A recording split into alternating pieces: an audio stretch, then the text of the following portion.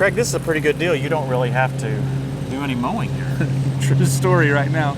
I love to mow though, but the boys are doing a good job. Teenage boys, you know, you have some mowing help for what, 2 or 3 years, and then and then they're grown and they're gone, and they got their own yards. Really, we've got just probably about a year left. They both graduate next year. And okay. So, trying to teach them something while we can. Yeah. So, you've been mowing some of your neighbors' yards here for a while, right? Some of them, yeah. The yards right here by our house are all new since we've been using the chopper. We've helped them out from time to time. They have one yard that's been more steady that they've been helping a neighbor with, but we just wanted to try to help as many neighbors as we could. And so the Dixie's been a huge help in that. Hey, that is the news. Dixie Chopper has donated this lawnmower for you to use to help your neighborhood. Oh yeah, and Tim, I tell you, I can't thank Dixie enough. Their generosity, the benevolence to do that. We had a vision that we want to help other people, and so we look around and we know our neighbors, we know their stories, we know that each of them has a different need, and one of the ways that we can help, whether it's a young family or caring for aging parents or being a single woman, that we can step in. And so we're able to mow their grass, make a difference, and it means a lot for me. As you know, being a pastor, I try to help people as much as I can, but you don't always see that change right away. And when we mow, we can look back and see that final product and know that we've made a difference, our service has helped somebody, and it benefits everybody. Yep. You know, one thing I notice here is the homes look really nice. Yep. I mean, some of our viewers are going to say, well, why do these folks need help mowing their yards? What? Yeah. And I think that's an honest question. It's probably a question that I would have unless I knew the stories that are here. One of the things that you can't see when you're watching a film, Tim, is that our market in this area, it's astronomical. And so these are actually considered starter homes in Lebanon. And to get into a home, people often extend their budgets well beyond. Just to give you an idea, one of these houses, people that are renting them, they're renting for $1,500 a month. And most of our jobs in Lebanon are factory work or people commuting a long distance. And so a lot of these people overextend to get into a home, and then they're trying to figure out, how do I take care of what I have? Beyond that, we've gotten to know several of the people around us, and we have young families who are working long jobs, sometimes multiple jobs. Some are taking care of aging parents. Some of them themselves are aged. Some have incredible allergies, and it just gives us a way beyond what you see to help the people that live inside the home. Yeah, there was one part here that I want to hear you say again. When you see something from the outside, it's not until you know the story. Right. Go into a little more on that. Not about the particular stories, but the concept of what we see on the facade is not necessarily what's really going on. No, I mean, obviously you see really everywhere. You see someone's home, but within every home there are people with heartbeats and struggles and challenges, and I think it's something we probably have lost in our society. I know you guys are big family people. We live in places where we close our garage doors when we come home. We don't get to know people's stories, and when you get to know the stories, you realize that everyone everywhere has needs. They're all going through something, and so for us, this is just one way that we can help make a difference. Yeah, you know, there's another aspect to that, and that is that when you're feeling a little bit down or a little bit, I don't know, put off yourself, you look around at everybody else, and every other house, every other neighborhood, everything is perfect. It's only my life that's a mess, right? Right, it seems that way, but it's not true. It's not true, is it? It's we're all going through struggles. We all have issues that we're trying to face, and this is just a way you guys can help. Yeah. With some of those issues. Not every issue. This doesn't make these folks' lives perfect, but it gives us a way that people know we care. The conversations we've had with all of our neighbors in this process, it's been a door for us to let them know that they matter to us, that we may live close to them, we may not have deep relationships, but we're looking out for each other. And when you can break down that barrier, you start to share life with each other, and what starts off as what we might call a subdivision becomes a neighborhood, and it becomes a community. That's interesting. The same term, but totally different meaning, isn't it? Yeah. When we first started talking about this, I mentioned Dixie Chopper. Yeah. and your eyes just lit up. I mean, it was like you were totally excited. Yeah. You must have had some experience with Dixie Chopper. I did. It brought back a lot of memories. My sophomore year of college, after it, I mowed for a large egg farmer in southern Indiana. An egg farmer. Yep. You mowed for an egg farmer. I did. They distribute millions of eggs a year, and but on their corporate property, they had 10 acres. Okay. And so my job every day was to show up to work, jump on the zero-turn mower, and it was a Dixie chopper. 72-inch deck, so much larger, and for 8 to 10 hours a day, every day, all summer long, I just mowed. And it was an incredible mower, a great experience, and so obviously when I saw this, I was like, holy cow, it just brought back so much. Now, Audrey, your wife, she told on you a little bit. Yeah. She said that you didn't sleep for 3 nights. That was 3, maybe 2. the night you brought it over, I woke up the next morning and I told her, like, I couldn't sleep. It was literally like that feeling of being a 7-year-old waiting for Santa the next morning, because I was like, I can't wait to get out and mow and use it. So, yeah. Yeah. Now, when I see this yard here, I see, you know, these you got the boys mowing. I'm thinking this yard doesn't need to be mowed. It could wait another week. You know, it could get up there. You mow like this much off, don't you? What they say to only take off a quarter of your grass if you want a nice lush lawn. So they also say to floss your teeth twice a day and do all that. You know, come on. Well, it works. It works. And quite honestly, up until this week, it was growing a ton. It was, When we would mow on, say, a Saturday, by Tuesday, I'd be taking off almost half. It was just growing that much. Yeah. It's slowed down with the heat and the rain turning off. Yeah, springtime is great for grass, isn't it? It really is. Ezekiel, you knocked that out pretty quick. Yeah, went really fast. Yeah, and you were sort of being judged here. Your dad was watching every turn, making sure you didn't scuff the yard like I did in the last video, and just making sure you did everything right, making sure you had that little door open when it was supposed to be and closed when it was supposed to be. Yep. I think overall you got an A. Yeah, I give him an A. That's a pass, right? It is. That's a pass. So you like this machine? Yeah, the only problem is since I'm so light and small, when I hit a bump, I fly in the seat. Okay. So.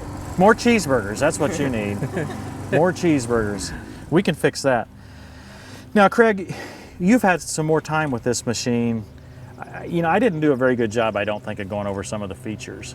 Because you were calling me and texting me and saying, hey, I found this other feature that you didn't mention. So give us a little more update on some of the features you've identified, or maybe the ones you like, whatever. Yeah, the features that I like the most, I love the way you can close the side chute. When you push that lever down, you can grab that, Ezekiel. It'll close the chute so you're not spraying grass everywhere. It gives it kind of a pseudo mulch function. If we wanted to mulch better, we'd have to have some mulching blades on it, but I love that feature. And it comes off really easy when you get around things. You want to take that off and just releases. So I love that. I like how you can raise the deck.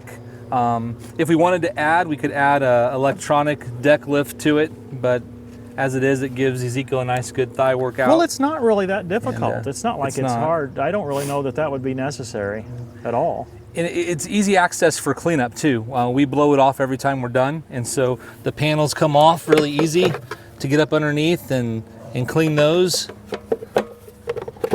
And then the plate lifts up from the middle, and so we're able to blow everything out, make sure it's clean, no fire hazards. So those are probably my favorite things about it. Yeah, some people asked in response to our earlier video whether the seat would move forward or not. It does. There's a lever right up underneath it, and it was important. Howies are known for short legs, and so we needed to push the seat forward, and we were able to figure that out. Okay. Anything else? It has a couple of levers back here, ejection levers. You pull them and it throws you out of the, actually it allows you to lift up and access the battery, and again, for clean out and stuff, it works really well. How about fuel consumption? It's actually really good on fuel. We can mow, I think I've mowed 4 times, 4 yards, and a 5th one time, and we were down to about 1/3 of a tank left. And so it's got a 6.8 gallon tank on it, and so it seems to use it really well. Okay, so you've never filled it up? We have filled it up. Okay. Well, you mowed, I forget, you mow like every 2 2 weeks days. I've probably mowed If you count every yard, we've probably mowed a total of 15 yards. So it's used a little bit of fuel. He likes to mow better than I do. It's relaxing for me. Anytime you want to mow, come over to our I will. house I'll come and mow. we'll give you whatever mower you want. Yes. You might have him hooked. He'll get Vinny. Yeah, he likes Vinny. Yes.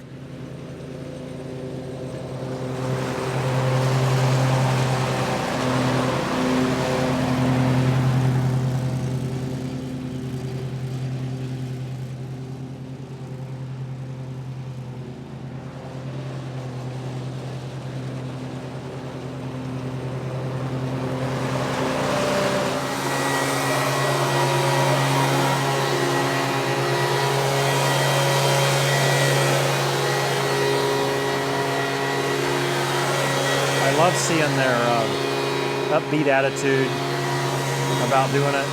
It means a lot to me. Done already? Done already. How long have we been out this? My guess would be an hour and 15 minutes. I did absolutely zero. Nothing. There wasn't enough tools to go around anyway, and you guys had it done in a jiffy. I counted 8 stripes over here on this yard. 8. 8 that's all. strips. Wow. So how long would that have taken you with a push mower? To do that, I'm guessing 35, 40 minutes. Instead of 4? Yeah. Now, just to clarify, you're doing these yards free, right? You're donating your time on these yards. People are going to ask, and I'm kind of curious. Have you thought about taking your act commercial? I don't know about you guys. They're always thinking about making money. Really, no. They go off to college probably in a year or so, and anything they would build up, I'd have to probably maintain while they were gone. And really, the dream was just to help the people around here.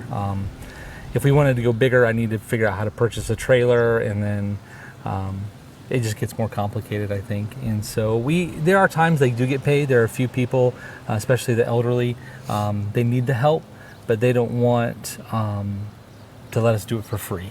And so they give them something. And so they're good at helping donate some of that back to help cover the cost of fuel and maintenance. Yeah, and that's another interesting aspect of doing work that you might say is for charity. Sometimes actually accepting a few dollars is a positive thing.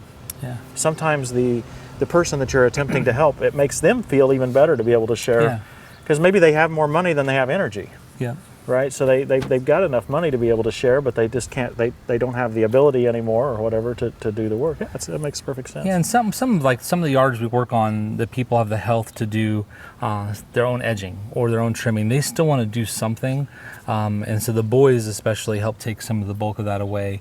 The ones that I've kind of volunteered us for, I do a lot of the work, but it's. Again, if someone, you get into that little awkward fighting of, no, here, take this, no, I can't, no. If it goes on too long, we just take it and we use it to help pay for the gas and stuff. Yeah, that makes perfect sense. Are you guys learning through this process? Yeah. I hadn't really driven a zero turn at all until we started. Okay. I mean, there is that aspect, right? I mean, you're learning to maintain your own equipment in a few years when you've got your own yard to mow. Yeah. I know when I first moved away and got out of college, the last thing I wanted was to mow a yard. But then within another 5 years, I was thinking, I need a yard. I've always loved mowing. My dad would tell you that from the age of 10, I begged him to take the push mower out, and he would tell you that his yard, I striped it from 10 or 11 years old. I just always loved it. I can't say that they have loved it that much, but they've not resisted it, and they've always been willing to jump up and go out there. Yeah, well, they may be getting there now. Yeah. I'm seeing a spring in their step today. I'd like to thank Dixie Chopper for providing us this mower, for providing you guys this mower. Yeah. That was a special deal. This was kind of a leftover model from the prior Dixie Chopper. If you go back and watch the video where Christy and I, we tell some of the history of Dixie Chopper, and this particular mower is one that kind of got lost in the shuffle, and it was brand new.